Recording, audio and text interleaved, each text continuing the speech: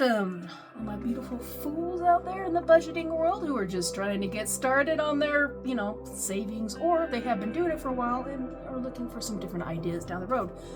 Today we are doing a savings challenge for 2026.